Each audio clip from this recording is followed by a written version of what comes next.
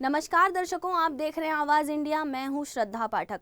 महाराष्ट्र में पक्ष और विपक्ष में एक दूसरे के खिलाफ बयानबाजी चरम सीमा पर पहुंच गई है।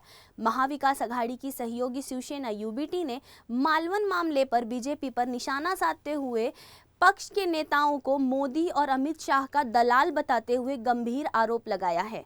साथ ही सरकार का विरोध करने के गेटवे पर श्रद्धांजलि सभा आयोजित करने की बात कही है। आने वाले रविवार को हम मुंबई में तीनों पार्टियों के प्रमुख नेता, शीर्ष नेता और हम सारे जो हमारे साथी अन्य पक्ष हैं, सारे शिव प्रेमी और सारे पार्टियों के जो शीर्ष नेता हैं और कार्यकर्ता जिनके दिल में शिवाजी महाराज हैं, वो सारे आने वाले 1 तारीख यानी रविवार को हुतात्मा स्मारक वहाँ इकट्ठा हो जाएंगे।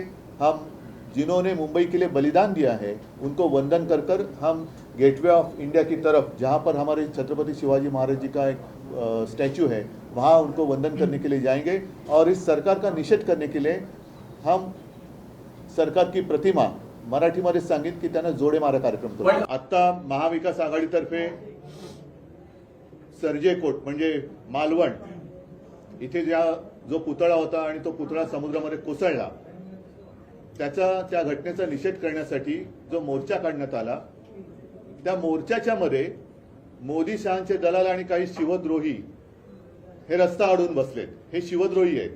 वीडियो जर्नलिस्ट मनोज वीर सिंह के साथ विनोद कामले की रिपोर्ट।